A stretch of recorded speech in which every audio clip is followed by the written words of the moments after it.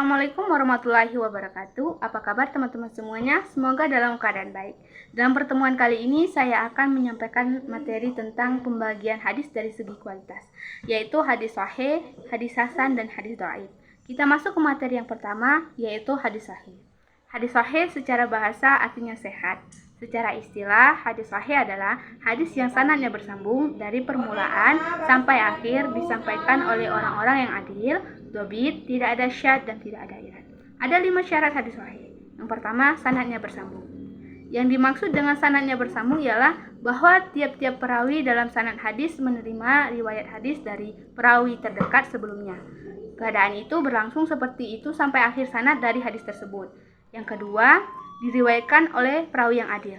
Seorang perawi dikatakan adil apabila dirinya terdapat sifat yang dapat mendorong terpeliharanya ketakwaan, senantiasa melaksanakan perintah agama dan meninggalkan larangannya, dan terjaga sifat muro'ah yang senantiasa berakhlak baik dalam segala tingkah lakunya.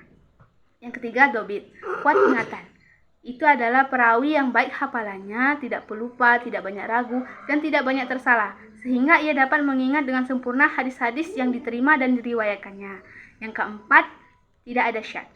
Syadz adalah jika seorang perawi sikat menyelisihi perawi yang lebih sikat darinya. Yang kelima, tidak ada ilat atau cacat. Ilat adalah suatu sebab yang tersembunyi yang dapat merusak status kesahihan hadis tersebut, meskipun zahirnya tidak nampak ada cacat. Para ulama sepakat bahwa hadis sahih harus diamalkan dan boleh dijadikan hujah syariat. Hadis sahih sendiri diklasifikasikan menjadi 2, yaitu hadis sahih li zatihi dan hadis sahih li ghairihi. Nah, hadis sahih li zatihi adalah hadis sahih yang memenuhi syarat-syarat hadis sahih secara maksimal, seperti sanadnya bersambung, diriwayatkan oleh rawi yang adil, dhabit, tidak ada syadz dan tidak ada ilat. Nah, yang kedua, hadis sahih li ghairihi. Itu adalah hadis yang kesahihannya disebabkan oleh faktor lain, karena tidak memenuhi syarat-syarat hadis sahih secara maksimal. Pada mulanya hanya sampai kepada derajat hadis hasan, dengan ditemukan keterangan-keterangan lain yang bisa menguatkan keterangan itu, maka hadis tersebut naik derajatnya setingkat lebih tinggi sehingga menjadi hadis sahih li ghairihi. Kedua, yaitu hadis hasan. Hadis hasan secara bahasa artinya baik atau bagus, dan secara istilah hadis hasan adalah hadis yang sanadnya bersambung dari permulaan sampai akhir, diceritakan oleh orang-orang yang adil, kurang dhabitnya, serta tidak ada syadz dan tidak ada ilat. Para ulama berpendapat bahwa hukumnya hadis hasan bisa dijadikan sebagai hujah. Yang membedakan antara hadis sahih dan hadis hasan terletak pada dhabit seorang rawi. Hadis sahih itu ingatan perawinya harus kuat, sedangkan di hadis hasan ingatan seorang perawinya kurang kuat. Sama halnya dengan hadis sahih, hadis hasan juga diklasifikasikan menjadi 2, yaitu hadis hasan li zatihi dan hadis hasan li ghairihi. Nah, hadis hasan li zatihi adalah hadis yang memenuhi segala syarat-syarat hadis hasan. Dari sanadnya bersambung, perawinya adil, kurang dhabitnya, tidak ada syadz dan tidak ada ilat. Nah, yang kedua yaitu hadis hasan li ghairihi, adalah hadis yang tidak memenuhi syarat-syarat hadis hasan secara sempurna, atau pada dasarnya hadis tersebut adalah hadis dhaif, tapi karena ada keterangan lain yang menguatkannya sehingga hadis dhaif tersebut naik derajatnya menjadi hadis hasan li ghairihi. Materi yang ketiga yaitu hadis dhaif. Secara bahasa artinya lemah. Secara istilah, hadis dhaif adalah hadis yang tidak memenuhi syarat-syarat hadis sahih ataupun syarat-syarat hadis hasan.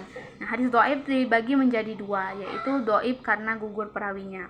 Ada hadis mursal. Hadis mursal ialah hadis yang gugur sanadnya setelah tabi'in. Yang dimaksud dengan gugur di sini ialah tidak disebutkan nama sanad terakhir hadis tersebut.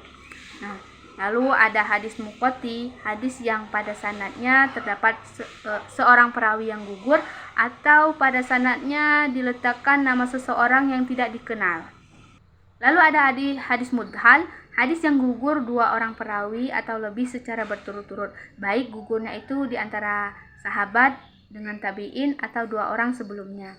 Lalu ada hadis mu'alaq, hadis yang dihapus dari awal sanadnya seorang perawi atau lebih secara berturut-turut.